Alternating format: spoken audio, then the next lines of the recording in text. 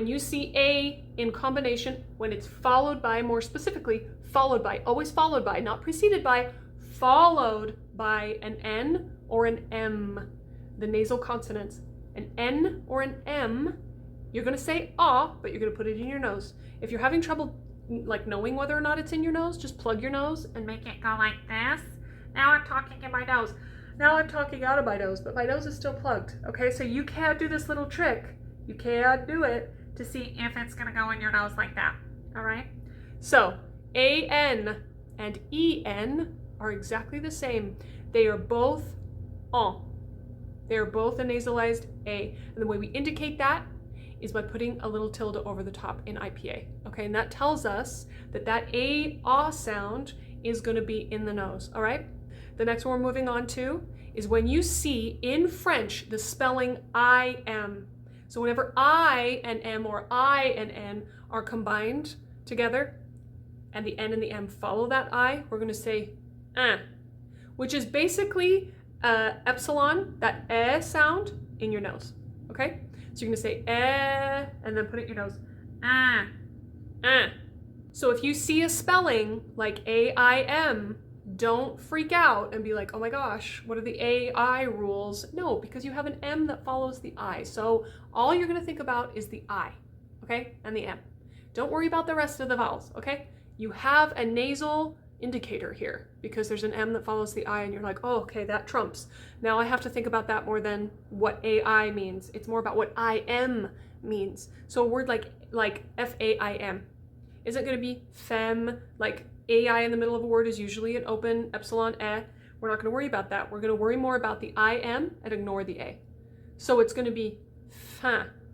So you're gonna look for that little trigger, ignore the A, I-N is more important, or a word like P-A-I-N, which means bread.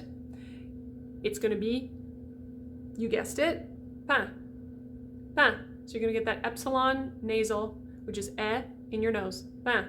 What about E-I-N? It's the same thing. We're just looking at I-N, okay? That E is just coming along for the ride. Forget about it. Doesn't matter. You're gonna say for a word like P-L-E-I-N, you're gonna say plein. Like, what do I do with the E? Again, ignore it. It's about the I-N combination, okay? You see P-E-I-N-T-R-E, and you're like, E-I, what do I do? An N follows the I, so let's just look for that combination. Don't be distracted by that little E who's like, I want to play too. No, she don't get to play, okay? Send her home. She does not get to play in this. You're just gonna think about that I-N. So P-L or P-I, P-E-I-N-T-R-E is gonna be pâtre, pâtre, pâtre, which comes to a very important rule, okay? When it's nasalized, that N is not pronounced. Don't do it. Don't do it, or I will get you. Don't say pantre, pantre, pantre. Don't do it ever. Pantre, go right to the T. Just do the nasal, pantre, and then go right to the T, okay? Like I said, don't do it. Don't do it or I will get you. If you have a word like S-I-M-P-L-E, in American we say simple. I-M is ah. That means that N goes away. You don't pronounce the M. All it does is indicate to us how we're supposed to pronounce that I, which is simple. Simple. Okay, the other one would be something like impossible.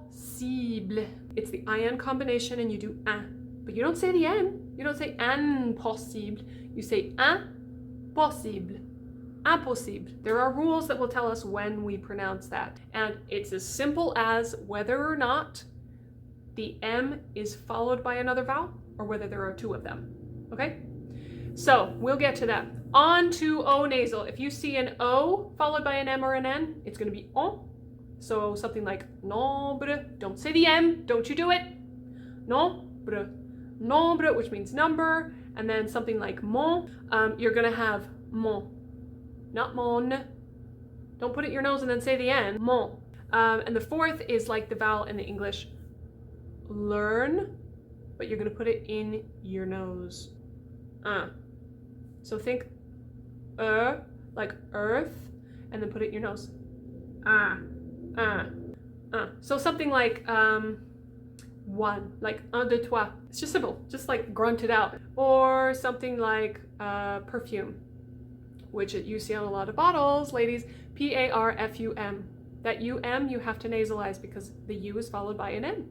And it's not a double M, and the M is not followed by an E. It's just that pairing. You're gonna say parfum. Okay, those are the nasals.